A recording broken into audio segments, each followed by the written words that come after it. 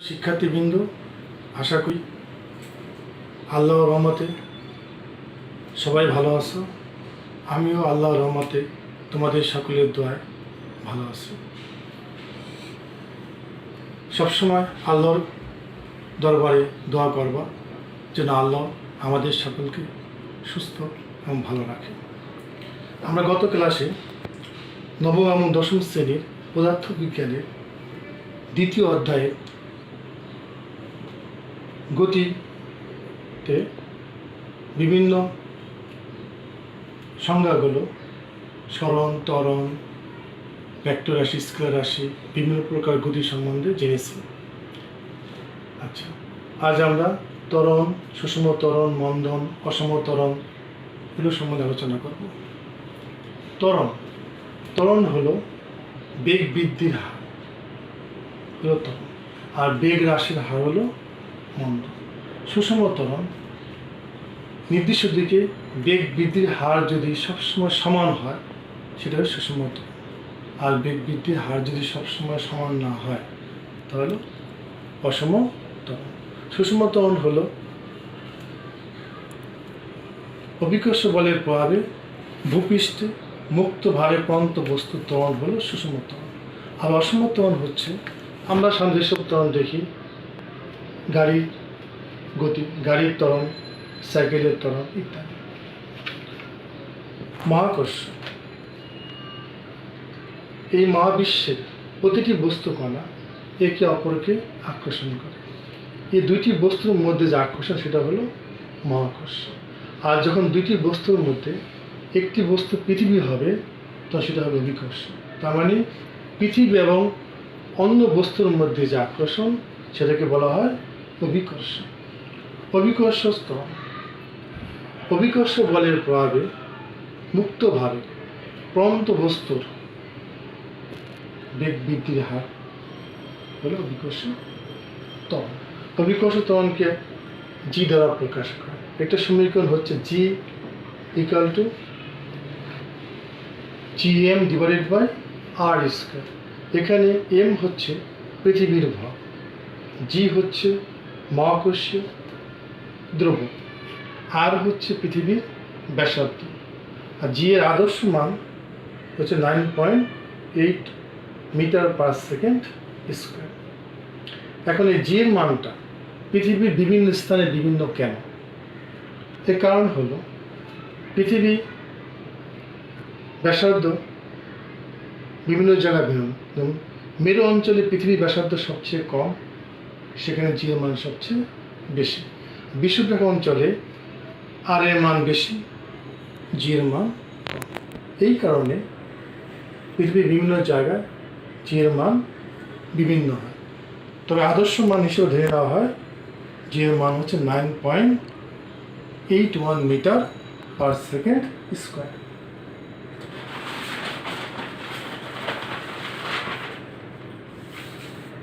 গতির সমীকরণ, গতির চারটা সমীকরণ: V equal to you plus A T, S equal to you plus V divide by 2 into T, S equal to you plus half of এটি square, V square U square plus twice A S. এই সময় প্রমাণ দেখব সমীকরণগুলো। ধরা যাক কোনো একটি বস্তু ইউ আদি বেগ নিয়ে এ সুষম ত্বরণে চলে, টি সময়ে বিবেগ প্রাপ্ত হল। এই সময় বস্তুটি এস দূরত্ব অতিক্রম করে। তাহলে আদি বেগ ইউ, শেষ বেগ ভি, ত্বরণ এ, সময় টি, অতিক্রান্ত দূরত্ব এস। আমরা জানি কি ত্বরণ হচ্ছে বেগের পরিবর্তন বাই সময়, শেষ বেগ মাইনাস আদি বেগ ডিভাইড বাই টি।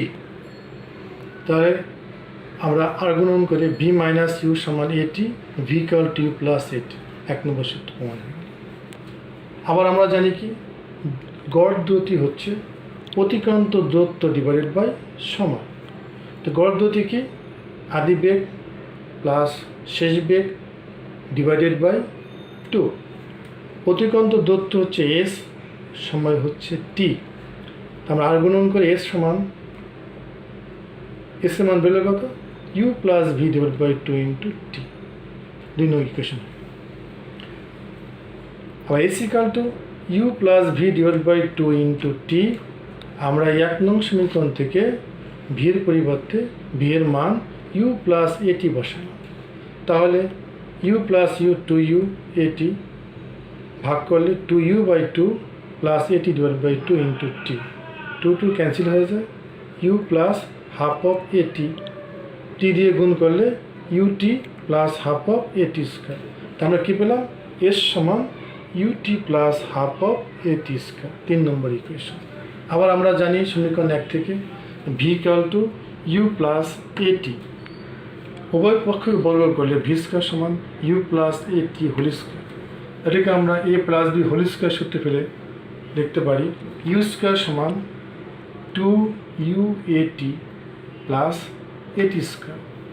এখান থেকে যদি আমরা 2a কমন নিই কী থাকে ইউটি প্লাস হাফ অফ এটি স্কোয়ার।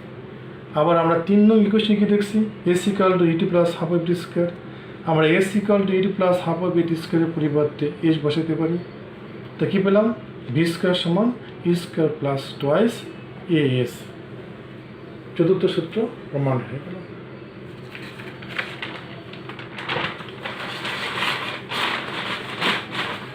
আমরা একটা প্রবলেম দেখি